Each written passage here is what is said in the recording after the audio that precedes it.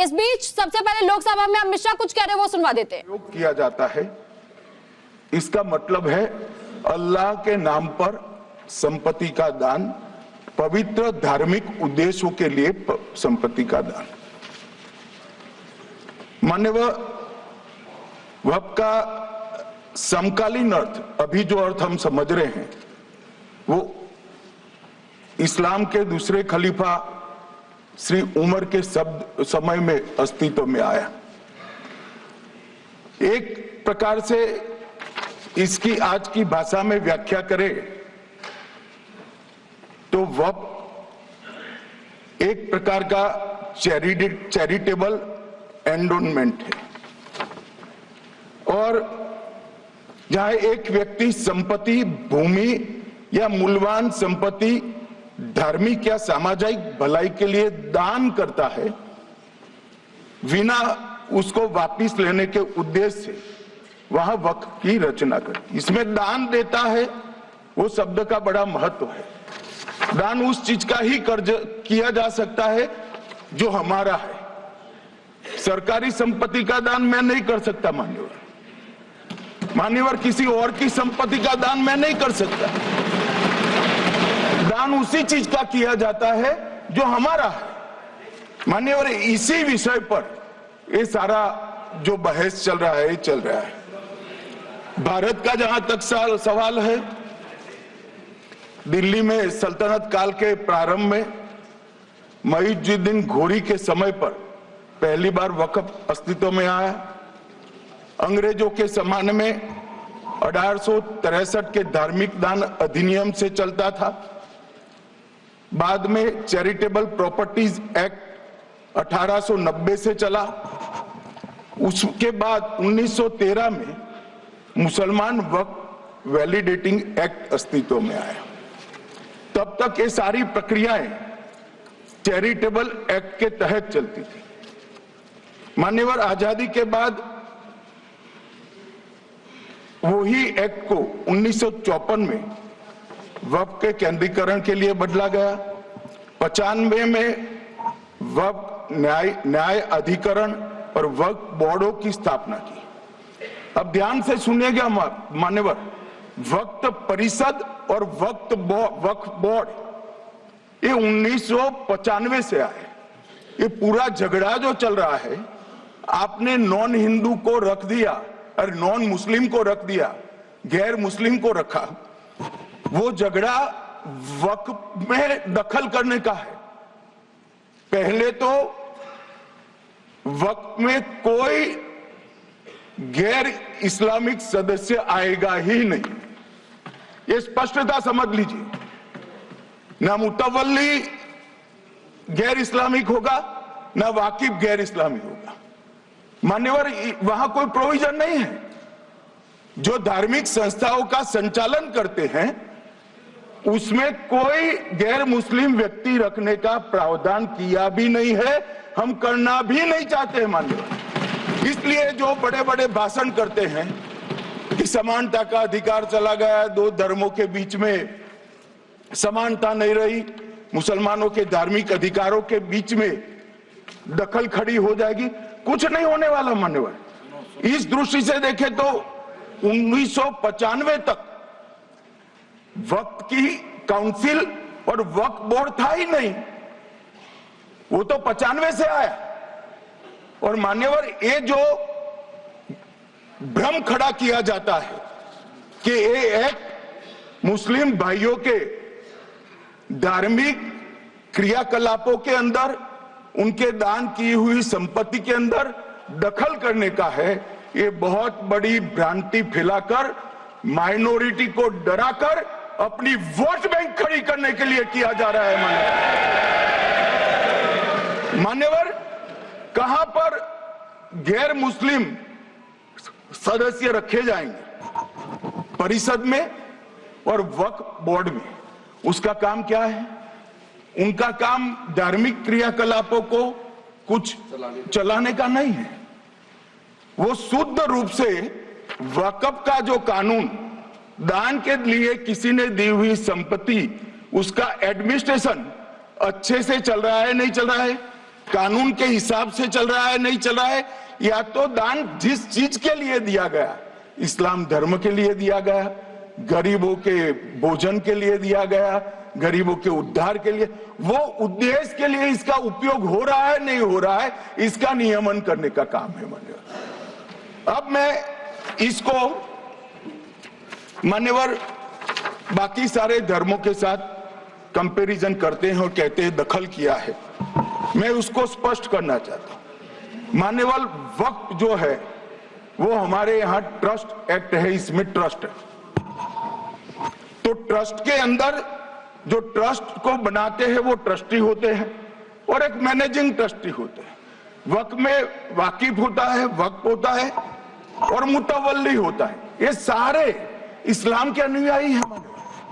अरे भाई आप कह रहे हो, हम तो कह रहे हैं क्योंकि इसका वक्फ शब्द ही इस्लाम से आया है, इसलिए हम कह रहे हैं कि वक्फ वो ही कर सकता है जो इस्लाम का अनुयायी हो। अब आप उसका विरोध कर रहे हो, तो आप तो वक्फ में भी नॉन इस्लामिक आदमी चाहते हो। मान्यवर क्या कह रहे हैं? हम इसलिए कह रहे हैं कि वक्फ वो ही कर सकता है जो प्रैक्टिसिंग इस्लाम को प्रैक्टिस करता होगा, क्योंकि मान्यवर इसकी उत्पत्ति ही इस्लाम के सिद्धांतों से हुई। अब मान्यवर वक्फ धार्मिक हुआ, वक्फ बोर्ड नहीं हुआ, वक्फ परिषद भी नहीं हुई। अरे सुनो भाई, मान्यवर ट्रस्ट के अंदर ट्रस्टी जो होते हैं, जो चर्च होगा तो क्रिश्चियन होंगे, पारसी भी होंगे, पारसी के लिए वो ट्रस्ट होगा, तो हिंदू होगा तो वो हिंदू के लिए। अब चैरिटी कमिश्नर हम कहेंगे कि भाई मुस्लिम क्यों आया? मुझे बताओ, चैरिटी कमिश्नर एक्ट में मुसलमान चैरिटी कमिश्नर बन सकता है या नहीं बन सकता है? उसको ट्रस्ट नहीं चलाना है, उसको चैरिटी के कानून के हिसाब से वो ट्रस्ट चले उसकी देखरेख करनी है। ये धार्मिक नहीं है, ये धर्म का काम नहीं है मान्यवर, ये एडमिनिस्ट्रेटिव वर्क है। और इसलिए तो फिर चैरिटी कमिश्नर हिंदू होगा तो वो क्रिश्चियनों के ट्रस्ट का कैसे देखरेख करेगा? चैरिटी कमिश्नर क्रिश्चियन होगा तो जैनियों के और हिंदुओं के ट्रस्ट का कैसे देखरेख करेगा? अब बताओ कि सारे ट्रस्ट के चैरिटी कमिश्नर अलग अलग देश तोड़ दोगे आप लोग, तोड़ दोगे। हमने साहब, मैं अभी भी आपके माध्यम से, इस सदन के माध्यम से देश भर के मुसलमान भाइयों बहनों को कहना चाहता हूं, आपके वक्फ में एक भी नॉन मुस्लिम नहीं आएगा, ये एक्ट में ऐसा कोई प्रावधान नहीं। मगर जो वक्फ बोर्ड है और वक्फ परिषद है, उसका काम क्या है? वक्फ की संपत्तियां मान्यवर बेच खाने वाले लोगों को पकड़कर इसके बाहर निकालने का, वक्फ के नाम पर औने पौने दाम में संपत्तियों को 100-100 साल तक किराए पे देने वाले लोगों को पकड़ना है। वक्फ का जो पैसा होता है, इनकम जो गिरती जा रही है, जिसके माध्यम से माइनॉरिटी का विकास करना है, माइनॉरिटी को आगे बढ़ाना है, इस्लाम धर्म की सारी धार्मिक संस्थाओं को पुख्ता करना है, ये पैसा जो चोरी होता है ना, उसको पकड़ने का काम वक्फ बोर्ड, वक्फ परिषद करे। और मान्यवर वो चाहते हैं कि इनके राज में जो मिली भगत चली वो चलती रहे, ये नहीं चलेगी,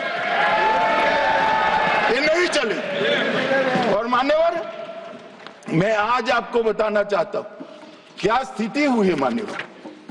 मान्यवर सबने कहा, रिपीटेशन भी होगा, परंतु मैं कहना चाहता हूं मान्यवर कि वक्फ के 2013 में जो अमेंडमेंट्स आए, अब बिल किरण भाई का है, मगर मैं कह सकता हूं कि वक्फ का 2013 का अमेंडमेंट न किया होता तो ये बिल लाने की शायद जरूरत न पड़ती।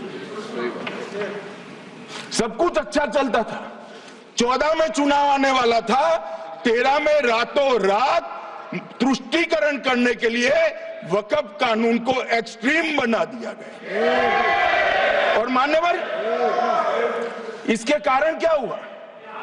इसके कारण दिल्ली लुटियन की 123 वीवीआईपी संपत्ति कांग्रेस सरकार ने जब चुनाव मुहाने पर थे, 25 दिन दूर था, वक्फ को देने का काम कर दिया। दिल्ली वक्फ बोर्ड ने उत्तरी रेलवे की भूमि वक्फ के नाम घोषित कर दी। हिमाचल में वक्फ की संपत्ति बताकर उस पर अवैध मस्जिद बनाने का काम किया। 250 हेक्टेयर क्षेत्रफल वाले 12 गांव पर वक्फ का स्वामित्व हो गया तब तमिलनाडु में। और मान्यवर, तमिलनाडु के 1500 साल पुराने तिरुचेंदुरई मंदिर की 400 एकड़ भूमि को वक्फ की संपत्ति घोषित कर। ये जब मंदिर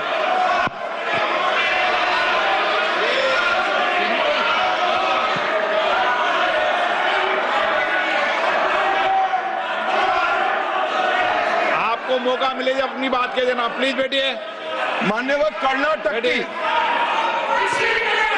आपको मौका मिले अपनी बात कह देना, आप भी बहुत मिसलीड करते हैं। बैठिए गृह मंत्री जी। मान्यवर, कर्नाटक की मणिपट्टी समिति का रिपोर्ट में पढ़ रहा हूं, इसमें मेरा कुछ नहीं है, खड़े मत हो जाना।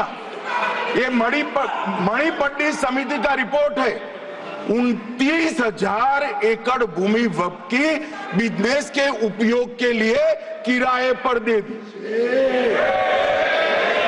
मान्यवर, 2001 से 12 के बीच 2 लाख करोड़ की वक्फ की संपत्ति निजी संस्थानों को हस्तांतरित कर दी 100 साल की लीज पर। मान्यवर, बेंगलुरु में उच्च न्यायालय में बीच में पढ़ना पड़ा, 602 एकड़ भूमि को जब्त करने से रोकना पड़ा। विजयपुर कर्नाटक के होनवाड़ गांव की 1500 एकड़ भूमि पर दावा कर उसको विवाद में डाला और 500 करोड़ की संपत्ति जिस भूमि का मूल्य है वहां 5 स्टार होटल को महीने 12,000 रुपए के किराए से दे दी। अब मान्यवर ये कहते हैं कि इसका हिसाब किताब न करो, इसकी देखरेख न करो। भाई, ये पैसा जो है देश के गरीब मुसलमान का है, ये धन्ना सोटों की चोरी के लिए नहीं, ये इसको रोकने के लिए। और इनके जो ठेकेदार बैठे हैं मान्यवर, ये यहां गरज गरज कर बोलते हैं, खुद को समझे बगैर बोलते हैं, कुछ समझ कर बोलते हैं। उनको लगता है कि इससे हम जीत जाएंगे। मान्यवर, कर्नाटक में दत्तापीठ के मंदिर पर क्लेम किया, टालीपरंबा 75 साल पुराने एक दावे के आधार पर 600 एकड़ जमीन का दावा किया और ईसाई समुदाय की भी ढेर सारी जमीनों पर कब्जा कर लिया गया।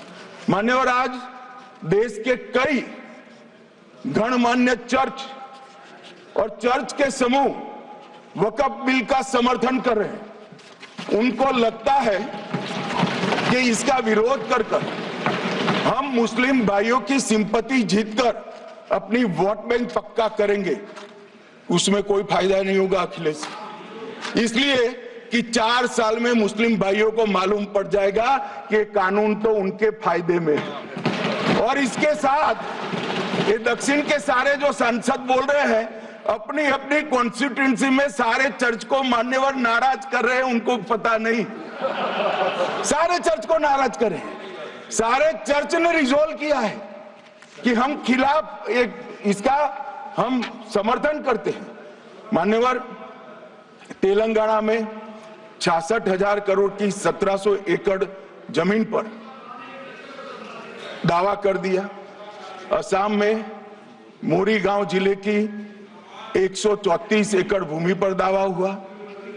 बिहार का मैं लालू जी के कोर्ट के साथ बाद में बताता हूं। गुरुद्वारा से संबंधित हरियाणा की 14 मरला भूमि को वक्फ को सौंप दिया और मान्यवर प्रयागराज में चंद्रशेखर आजाद पार्क को भी वक्फ घोषित किया। और मान्यवर महाराष्ट्र के वडानगे गांव में महादेव की मंदिर पर दावा किया और बीड में कंकलेश्वर मंदिर की 12 एकड़ जमीन वक्फ बोर्ड ने जबरन ले ली। मान्यवर ये सब जब जो चल रहा है इसमें आज भी मैं स्पष्ट करना चाहता हूं, वक्फ जो कि मुस्लिम भाइयों की धार्मिक क्रियाकलाप और उनके बनाए हुए दान से ट्रस्ट है, उसमें सरकार कोई दखल करना नहीं चाहती है। मुतवल्ली भी उनका होगा, वाकिफ भी उनका होगा, वक्फ भी उनका होगा। परंतु वक्फ की संपत्ति, इसका रख रखाव ठीक से हो रहा है नहीं। वक्फ का संचालन कानून के हिसाब से हो रहा है, निजी उपयोग के हिसाब से। सैकड़ों साल पहले किसी बादशाह ने दान किया, हमारी भाषा में कहो तो धर्मादा किया। अब इसकी संपत्ति को आप 12,000 रुपये में 5 सितारा होटल बनाने के लिए दे देते हो, ये उचित है क्या भाई? वो पैसा गरीब मुसलमान के कल्याण के लिए करिए, तलाकशुदा महिलाओं के कल्याण के लिए करिए, जो अनाथ बच्चे हैं उसके कल्याण के लिए करिए। मानिए, और ये करने की जगह बेरोजगार मुसलमान युवाओं के लिए स्किलिंग का काम करिए। लाखों करोड़ों रुपए की भूमि मान्यवर और इनकम 126 करोड़ रुपया। रेलवे की जितनी जमीन है, जिसमें हजारों करोड़ लाखों करोड़ का रेलवे का कारोबार चलता है, इतनी भूमि वक्फ के पास है और इनकम 126 करोड़ रुपए। मान्यवर कहते हैं कि इनकम का क्या उद्देश्य है?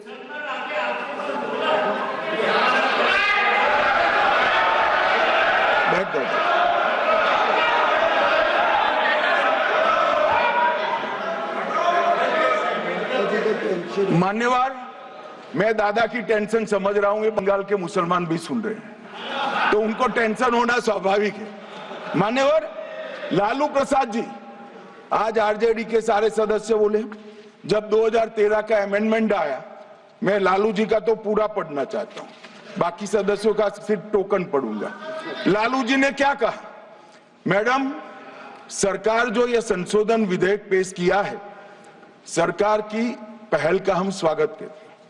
शाहनवाज हुसैन जी और अन्य माननीय सदस्यों ने अपनी बातों को यहां रखा, मैं उसका समर्थन करता हूं। आप देखिए, सारी जमीनें हड़प ली गई है, चाहे सरकारी हो या गैर सरकारी। वक्फ बोर्ड में जो काम करने वाले लोग हैं, उनके द्वारा सारी प्राइम लैंड को बेच दिया गया है। पटना में ही डाक बंगले की जितनी प्रॉपर्टी थी, सब पर अपार्टमेंट बन गए। इस तरह की काफी लूट खसोट हुई है। हम संशोधन विधेयक तो आपको अंत में लाए हैं, समर्थन करते हैं, लेकिन मैं चाहता हूं कि भविष्य में आप कड़ा कानून लाइए और ये जो चोरी करने वाले लोग हो, उनको जेल की सलाखों के पीछे। अब सब लालू प्रसाद की इच्छा इन्होंने तो पूरी नहीं की, नरेंद्र मोदी जी ने पूरी कर दी। ये लालू जी ने कहा था, एक कड़ा कानून लाइए।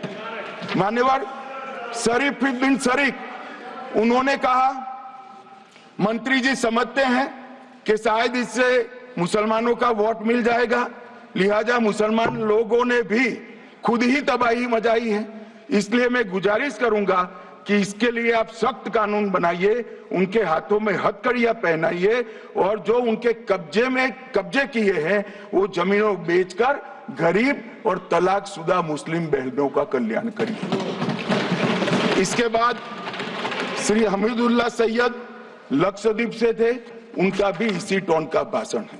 और मान्यवर, मैं आज की बात नहीं कर रहा हूं, 2013 का जो बिल कांग्रेस पार्टी लेकर आई, इसके विरोध में इनके समर्थकों ने जो कहा था, मान्यवर ये है। और क्या होगा भाई इससे? पारदर्शी ऑडिट होगी, आज ऑडिट ही नहीं हो रही। रिपोर्ट ऑनलाइन जमा करने की सिस्टम नहीं है, वो होगी, रिपोर्ट देनी पड़ेगी, बैलेंस शीट जमा करनी पड़ेगी, ऑडिट होगी, कैग के रिटायर्ड ऑफिसर ऑडिट करेंगे और मान्यवर पारदर्शिता आएगी। इससे क्यों डरना चाहिए किसी को? पारदर्शिता से क्यों? और वक्फ बोर्ड और वक्फ परिषद इसका कोई ऑर्डर, हम ऐसा नहीं लिख रहे हैं कि कोर्ट में नहीं जा सकते। आपने तो कर दिया था कि ये ऑर्डर को कोई कोर्ट में चैलेंज ही नहीं कर सकता। पूरा संविधान वहां समाप्त कर दिया मान्यवर। और मान्यवर, हम तो इसको कहते हैं कि कोई भी चैलेंज कर सकता है कायदे की अदालत में। इस देश में संविधान का राज है, ग्रीवेंसेस जिसका भी हो कोर्ट में जा सकता है। 2013 में जिसकी भूमि हड़पी, इसके ग्रीवेंसेस को भी कोर्ट के फोरम से बाहर करने का पाप एक कांग्रेस पार्टी ने किया। मान्यवर, एक अफवाह और फैला रहे, रिट्रोस्पेक्टिव इफेक्ट से आ रहा है। मैं स्पष्ट कर देना चाहता हूं, इस सदन में बोलने के वक्त जिम्मेदारी के साथ बोलना चाहिए। अगर ये कानून का पहला पेज और तीसरी तक धाराएं भी पड़ी होती तो इसमें स्पष्ट लिखा है, ये कानून का अमल जिस दिन पारित होने के बाद भारत सरकार नोटिफिकेशन बाहर निकालेगी उस दिन के बाद होगा। मतलब रिट्रोस्पेक्टिव इफेक्ट नहीं है, मगर मुस्लिम भाइयों को डराया जा रहा है कि रिट्रोस्पेक्टिव इफेक्ट से आएगा। मान्यवर, ये कह रहे कलेक्टर क्यों रखा है? मुझे एक बात बताओ भाई, जो बता सकते हैं। अगर किसी मंदिर के लिए जमीन खरीदनी है तो जमीन की मालिकी किसकी है वो हमारे देश में कौन तय करता है? सबको मालूम है, कलेक्टर करता है सर, रेवेन्यू ऑफिसर वही है। तो अगर वक्फ की भूमि जो वक्फ कर रहा है उसकी है या नहीं है, इसकी जांच कलेक्टर करे तो इसमें आपत्ति क्या है? वक्फ तो दान है भाई, और दान अपनी संपत्ति का किया जा सकता है, किसी और की संपत्ति का नहीं किया जा सकता। गांव में कोई बेचारा अमेरिका गया है 4 महीने पढ़ने के लिए, घूमने के लिए, आता है तो कि वक्फ घोषित हो गया। कोई कारोबार करने के लिए दिल्ली आया, आता है तो कि वक्फ घोषित हो गया। अरे ऐसा नहीं होता भाई, कलेक्टर को पूछना पड़ेगा सरकारी संपत्ति है या नहीं है, इसकी जांच करनी चाहिए या नहीं करनी चाहिए। ढेर सारे मंदिर बनते हैं, बने भी है, बनेंगे भी। ढेर सारे चर्च बने हैं, गुरुद्वारे बने हैं, सरकारी संपत्ति पर बन सकते हैं क्या? नहीं बन सकते मान्यवर।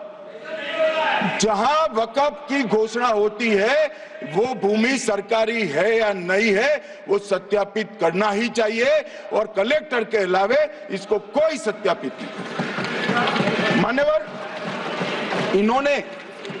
इन्होंने मैंने पहले भी बताया मान्यवर, कोर्ट को भी रास्ते से निकाल दिया। मैं बाद में बात करता हूं मान्यवर, ये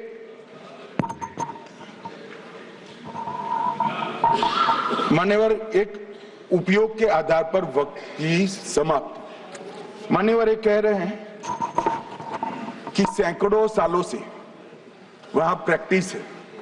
अब वो तो वक्फ रजिस्टर हो गया, आपने घोषित कर दिया, वक्फ में रजिस्टर भी हो गया, अब इसका सवाल नहीं है। मगर सैकड़ों साल की प्रैक्टिस, मुगलों के समय की प्रैक्टिस आज घोषित की जा सकती है क्या? अगर वहां नमाज पढ़ रहे हैं तो लोग देखते होंगे, कब्रिस्तान होगा लोग देखते होंगे, दरगाह होगी तो लोग देखते होंगे, और घोषित भी हो चुका होगा, रजिस्टर भी हो चुका होगा। अब अगर आप वक्फ घोषित करना है तो उसको ऐसे नहीं कर सकते मान्यवर, अधिकृत करना चाहिए। मान्यवर, जो दूसरा सुधार लेकर आए किरण जी, वो ही है कि धारा 36 में वक्फ संपत्तियों को बिना किसी स्पष्ट प्रक्रिया से, मालिकी की प्रक्रिया से पंजीकृत नहीं किया जा सकता। मान्यवर, अपील का प्रावधान वर्तमान में अधिनियम में ट्रिब्यूनल के निर्णय के खिलाफ अपील करने का कोई प्रावधान नहीं है। ये दृष्टिभ्रम खड़ा कर रहे थे गोगाई जी कि हाईकोर्ट में जा सकते, हाईकोर्ट में सिविल सूट नहीं जा सकता, रीट के अधिकारों का उपयोग कर हाईकोर्ट में जा सकते हैं। सिविल सूट में ज्यादा प्रोटेक्शन मिलता है मूल मालिक को, आपने सिविल सूट को खत्म कर दिया था। रीट के जुडिक्शन बहुत सीमित है, हम सब जानते हैं कि ये सीमित कर दिया गया था, आप भी जानते हो, मगर आपको वोट बैंक चाहिए। मान्यवर, ये हमारा स्पष्ट सिद्धांत है भारतीय जनता पार्टी की मोदी सरकार का कि वोट बैंक के लिए हम कोई कानून नहीं लाए। कानून न्याय के लिए होता है, कानून लोगों के कल्याण के लिए होता है। इन्होंने कहा कैसे कैसे कानून आए हैं, मैं बता देता हूं साहब। अभी कांग्रेस के महासचिव और माननीय सदस्य कह रहे थे क्या कानून आ रहे हैं सब, किस प्रकार के कानून आ रहे हैं। मान्यवर, इसी सदन में नरेंद्र मोदी सरकार ही महिलाओं को 33% आरक्षण का कानून लाया। इसी सरकार में पिछड़ों को संवैधानिक अधिकार दिया गया। मान्यवर, इसी सरकार में बजट जो आए इसमें गरीबों को गैस, शौचालय, पानी, 5 लाख तक का बीमा, 5 किलो अनाज, बिजली और घर दिए गए। मान्यवर, और कन्वर्जन कानून की बात करते थे और हंसते हंसते कहते थे कर्नाटक सरकार कन्वर्जन कानून लेकर आई है। सबसे पहला कन्वर्जन कानून उड़ीसा और मध्य प्रदेश में कांग्रेस सरकार लेकर आई है, मगर उस वक्त कांग्रेस सरकार तुष्टीकरण की नीति पर नहीं चलती थी, महात्मा गांधी के सिद्धांतों पर चलती थी। मध्य प्रदेश और उड़ीसा में सबसे पहला कन्वर्जन के खिलाफ कानून कोई लाए तो कांग्रेस पार्टी लाई, और मुझे गर्व है मेरी पार्टी की सरकारें कन्वर्जन पर कानून लाती। मान्यवर, सबको अपना धर्म का अनुसरण करने का अधिकार है, कोई शौक से करे, मगर लोभ, लालच, भय, इससे धर्म परिवर्तन नहीं कराया जा सकता। किसी गरीब के पास खाना नहीं है, खाना देकर उसका धर्म बदला दोगे? कोई थोड़ा कम पढ़ा लिखा व्यक्ति है, उसका धर्म बदला दोगे? ऐसे नहीं होगा मान्यवर। और आपने भी किए हैं कानून, आप नए नए आए हो, आपको मालूम नहीं है मान्यवर, इनको मालूम नहीं, अभी अभी आए हैं 5 साल से। ये कांग्रेस पार्टी ने कानून किए थे मान्यवर। अपील का प्रावधान भी हमने आगे बढ़ाया और गैर मुसलमानों के द्वारा दान की गई संपत्तियों पर, गैर मुसलमानों की दान की संपत्तियों पर वक्फ अधिनियम को हमने लगने से मना कर दिया। मानो उनके लिए चैरिटी कमिश्नर का कायदा है। ये प्रैक्टिसिंग इस्लाम, जो इस्लाम की प्रैक्टिस करते हैं, इसीलिए मान्यवर हमने ओवरराइडिंग इफेक्ट को भी समाप्त कर दिया। मान्यवर, ये ट्रस्ट का नियमन करने का जो कानून होता है, जैसे चैरिटी कमिश्नर के कानून में कोई ओवरराइडिंग इफेक्ट नहीं है। जहां क्लासेस आते हैं वहां ओवरराइडिंग इफेक्ट होती है। यहां ओवरराइडिंग इफेक्ट इसलिए दिएगी कि आप जिसकी संपत्ति हड़पी जाएगी उसको कोर्ट से जाने से रोकना चाहते थे, इसलिए ओवरराइडिंग इफेक्ट जो हमने मान्यवर निकाल दिया है।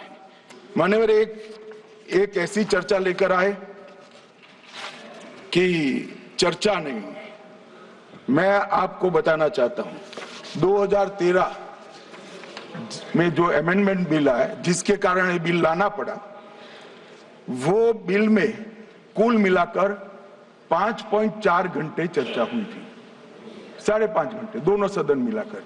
और इस बिल में दोनों सदन मिलाकर 16 घंटे चर्चा हो रही है मान्यवर, 16 घंटे। इसके अलावा हमने डिमांड किया समिति बनाओ, समिति भी बनाई, 38 मीटिंगें हुई, 113 घंटे चर्चा हुई, 284 हितधारक बनाए गए।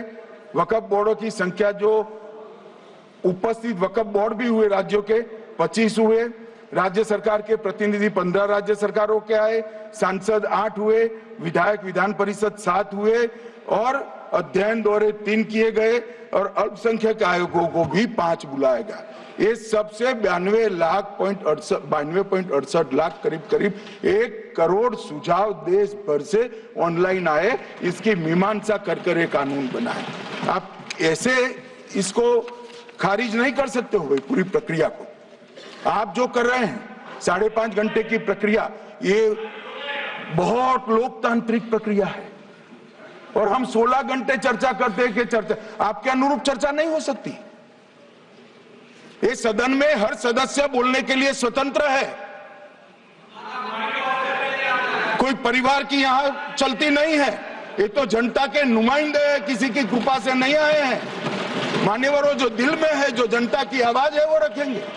मान्यवर, एक सदस्य द्वारा कहा गया कि ये मिसलीडिंग है कि पुराने कानून में 2013 के जो अमेंडमेंट्स थे उसमें अपील का प्रोविजन था।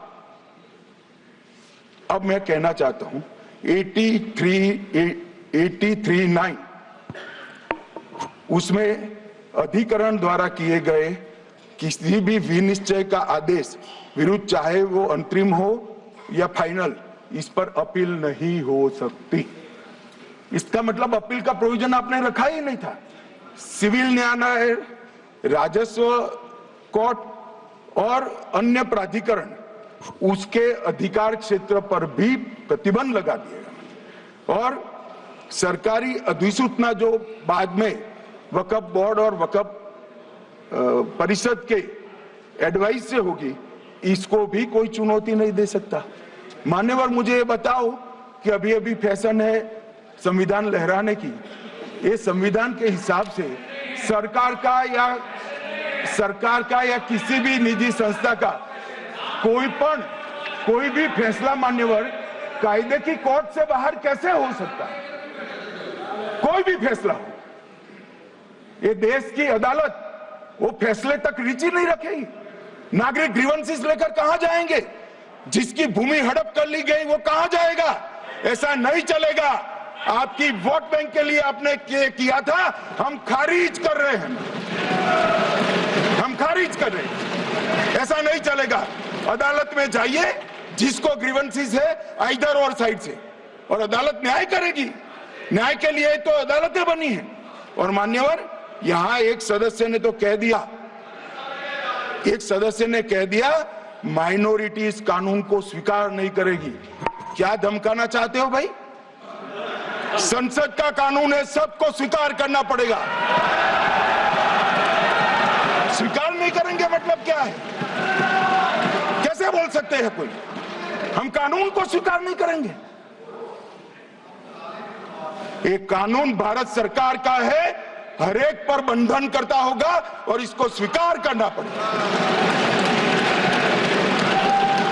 मान्यवर, ये हमने तो खैर वक्फ को छेड़खानी नहीं की।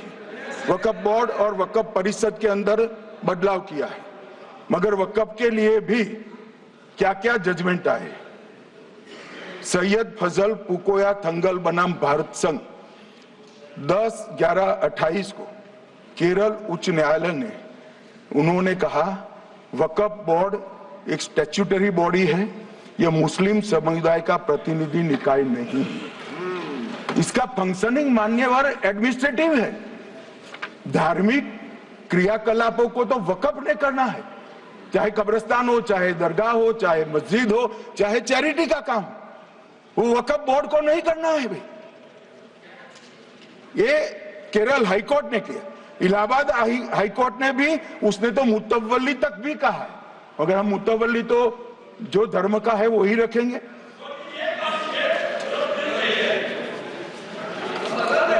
मान्यवर, इन्होंने कहा एक मुतवल्ली के कर्तव्य विशुद्ध रूप से धर्म निरपेक्ष कैरेक्टर है, मगर हम मुतवल्ली को छू नहीं रहे। मान्यवर ये कह रहे थे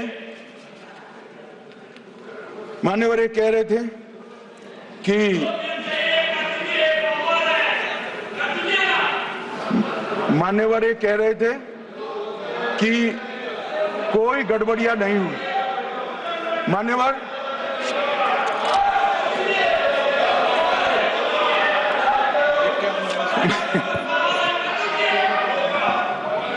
मान्यवर 2013 में अन्यायी कानून आया। भाई करने थोड़ा शांत हो जाइए। ये 26 के कारण डरे हुए और कुछ कारण, चुनाव जो है ना अक्टूबर में, 25 में जो चुनाव है इसके कारण मान्यवर भाई बैठ जाओ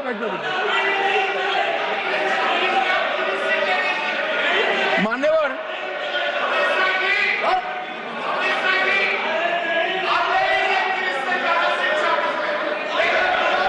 बैठ जाओ। बंगाल में आकर कहूंगा ये राजनीतिक हिसाब किताब का अखाड़ा नहीं है, छाती पर ठोक कर कहूंगा ज्यादा सिखाएंगे।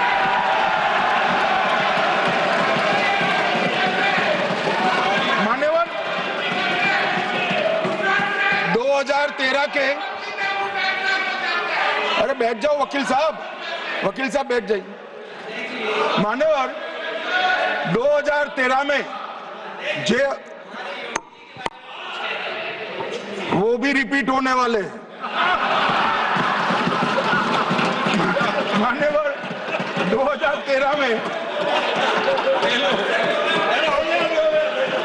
बैठ जाओ।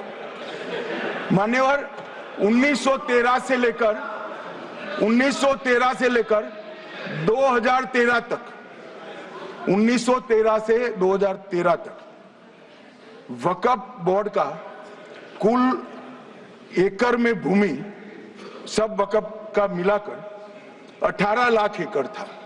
मेरी विनंती है सभी सदस्य इसको ध्यान से सुनिए। 1913 से 2013 तक 18 लाख एकड़ और 13 से 25 तक एक कानून बनने का परिणाम क्या आया और नई 21 लाख एकड़ भूमि बढ़ गई। अब मान्यवर 39 लाख एकड़ जो भूमि है उसमें 21 लाख एकड़ 13 के बाद है। अब ये कह रहे हैं कि इसका दुरुपयोग नहीं हो रहा है मान्यवर। और लीज पर दी गई संपत्तियां 20,000 थी और 25 में रिकॉर्ड के हिसाब से हो सकता है, गलत भी हो सकता है, रिकॉर्ड्स के हिसाब से शून्य हो गई। तो मान्यवर संपत्तियां कहां गई? मान्यवर बेच दी गई। किसकी संपत्ति से, किसकी परमिशन से बेचा?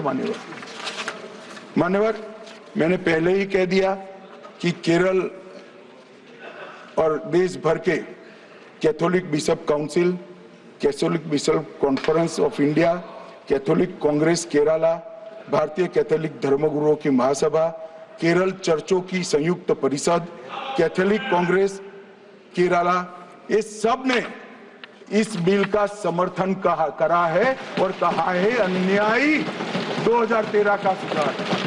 हम अकेले नहीं कह रहे मान्यवर। और मान्यवर इसी एक्ट में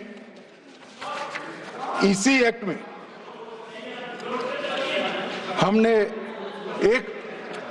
एक बात कही कि जो योगदान था वक्फ बोर्ड का वो 7% से घटाकर 5% कर दिया।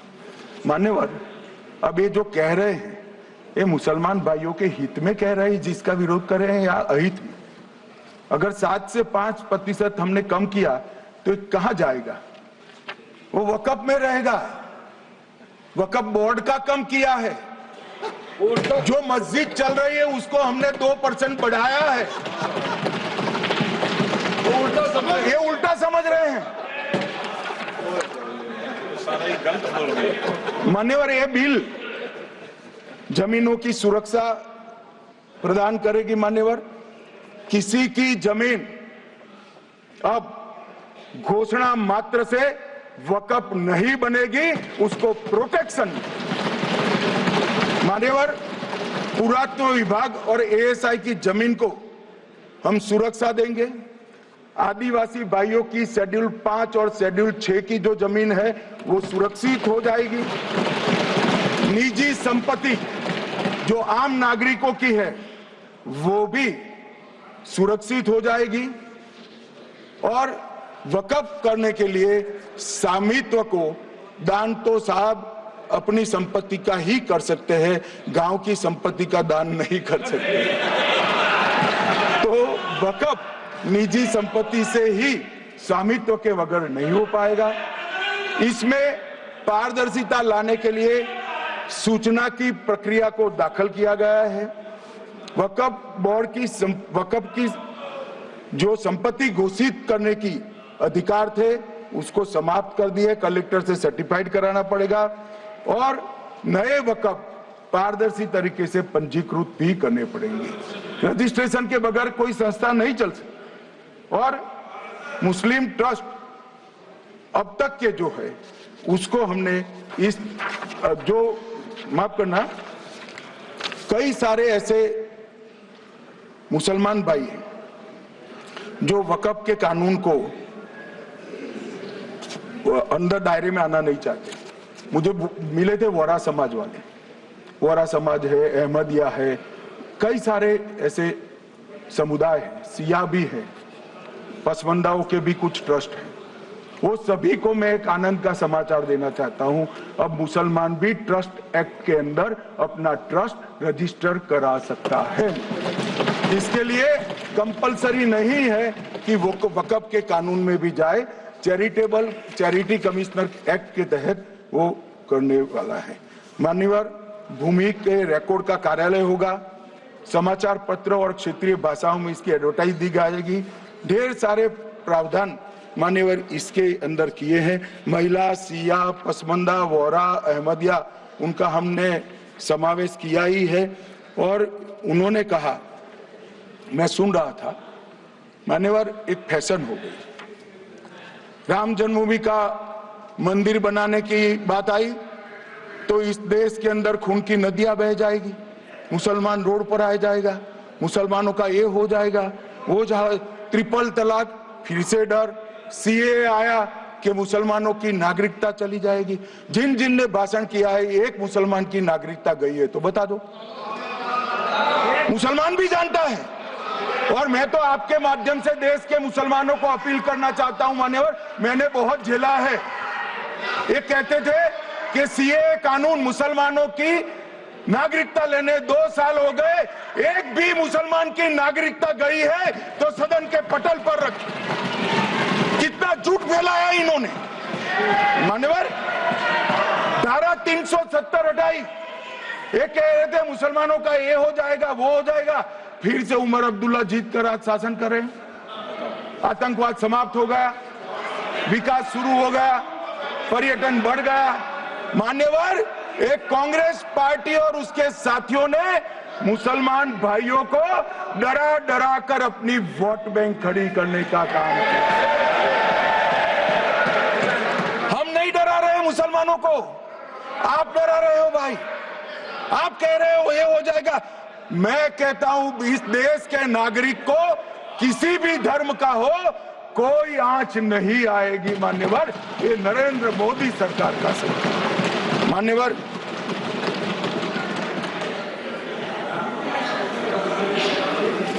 इनको मान्यवर ना पिछड़ों की चिंता है ना मुसलमानों की। ये सालों से जातिवाद और तुष्टीकरण इसके आधार पर काम करते हुए आए हैं और जातिवाद और तुष्टीकरण की राजनीति कर कर अपने परिवार की पॉलिटिक्स को आगे बढ़ाए हैं। मगर 2014 से मान्यवर जातिवाद, तुष्टीकरण और परिवारवाद को एक साथ नरेंद्र मोदी ने समाप्त कर कर विकास की राजनीति इस देश में प्रस्तावित की। पॉलिटिक्स ऑफ परफॉर्मेंस, परफॉर्म करिए और चुनकर आइए। 3 टर्म मोदी जी को चुना है और 3 टर्म भारतीय जनता पार्टी की सरकार रहने वाली है। मेरी बात ठीक कर।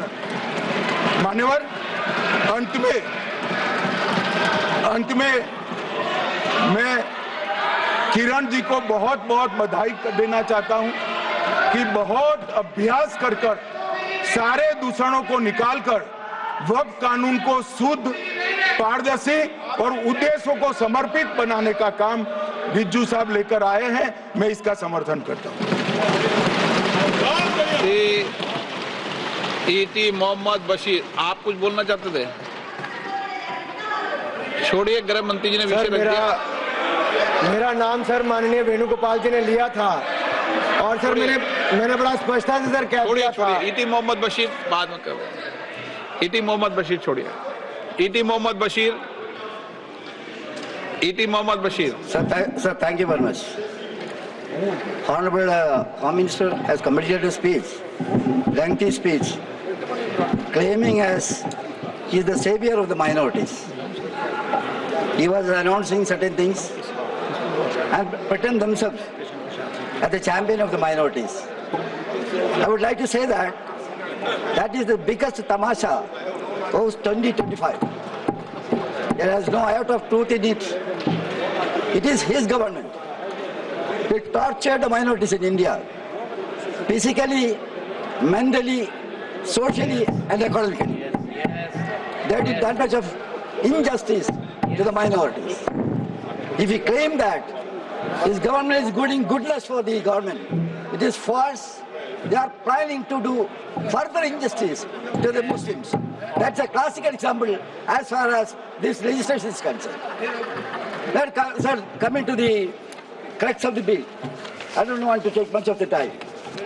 Sir, JPC and after that bill 2024. Previously we have seen other JPC 2013 report was come. What exactly is that, sir? There was deliberation, threadbare deliberation, very effective kind of discussions. Finally, sir,